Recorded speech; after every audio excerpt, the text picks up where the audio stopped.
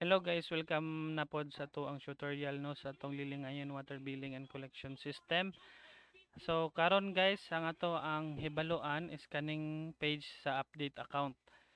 So ang update account na to mga ma'am sir is kaning crucial part ni siya pag abot sa ato ang patubigan or pag-reading na kay basin manggod og malimtan nato siya og update dayon ang ato apong tig-reading is mag-reading lang gyud pud siya dayon. So dili na siya yung ana no. Kailangan nato i-update ang atong mga consumers, ang account sa atong consumers ay ha nato siya ipa-reading atong tig reading.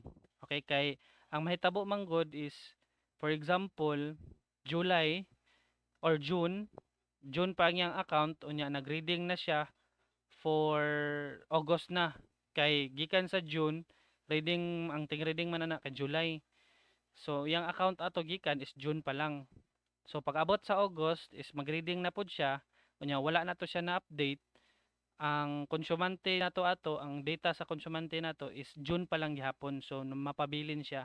Supposed to be ang ato ang account na unta ato is for July na unta siya nga account no. For example, ato siyang akong i-paint no. Paint na to siya.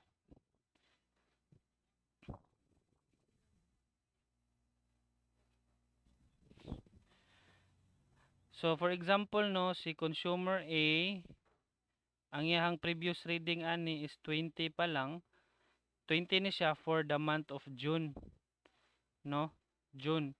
Dayon pag abot og July, gi-reading siya no sa July.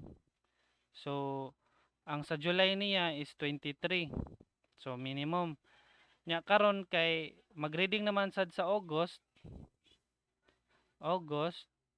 So ang mahitabuan na dayon kung wala na to siya gi-update, ang data sa isa ka konsyumante pag abot sa August kay unupdated man siya is ang 20. Ang 20 pa yang madala diri instead of 23, no?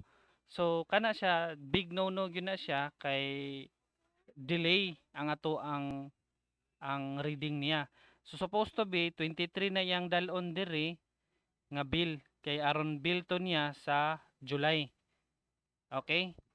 So na gets ba ninyo? So ang paghimo ana no is diri lang ka ato siyang i-update by purok. Okay? For example, ah purok uno. So select na to ni siya. Anaon ra siya pag-update. Select nimo na siya, update account. So yung ana lang siya ka simple no. Dili na nimo siya isa-isahon og kuan, isa-isahon og update yung record ana diha bisan unsa na siya. Ang imo ra gihimon ana is select the purok, select all, then update. So pasawat ana manggod kini dayon pag moingon na siya update successfully kato yang data or kato yang record sa July is ma-update na to siya for the August reading. Okay, so dili na to siya limtan no. So dili na to siya limtan nga basin niya pod og kita pod mga tig-cashier nga pag reading na mo didto. Pwede na mo mag-reading niya ato pong tig-reading, reading lang gid pod siya. Ana, so ang mahitabuan na is delay ang record sa inyong konsyumante. So kailangan ninyo siyang i-update. Ingatoon ra ang pag-update. Select the purok, select all, update. Alright? So yung ana lang ka-simple ang ato ang kini ang pag-update sa account no dili no need na tong pag kini siya nga account yang previous reading ani is kini ana then yang arrears kini kato siya pag ato na siyang ma-update automatic na to siya nga mabutang to iyang previous reading og ang iyang arrears karon. Okay, so ingana lang ka simple na siya.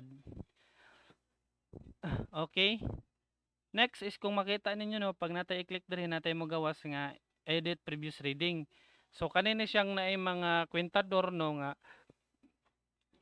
mga kwentador nga giutro.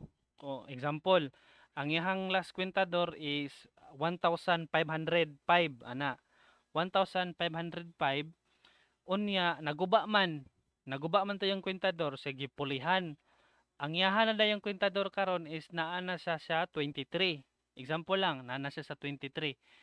So, ang mahitabo man gud ana pag reading sa tig-reading otro, ang iyahang previous reading man gud is 1,505 pa no. Pero ang iyang actual nga reading didto is 23 man na kay na otro ihang kwentador. So imuha na siyang otrohon. Kumbaga, anaon lang na siya. Example kani si Pedrezo Ralph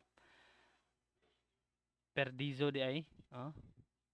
Edit previous reading. So kato ihang example ato is 1,505 man to no. Ang imo nang otrohon himuon nimo og 23.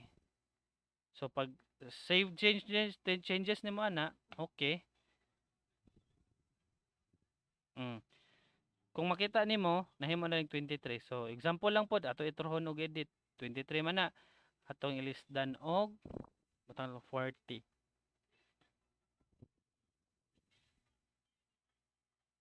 Mo na day na ang iyahang current reading niya or ang karon niya nga reading, ang numero sa iyahang kwentador. So ing ana ra kasayon ang ato ang tutorial diri sa atong update account no. Ah, so diha lang sa taman sunod na to nga hibalon is kanang material bills.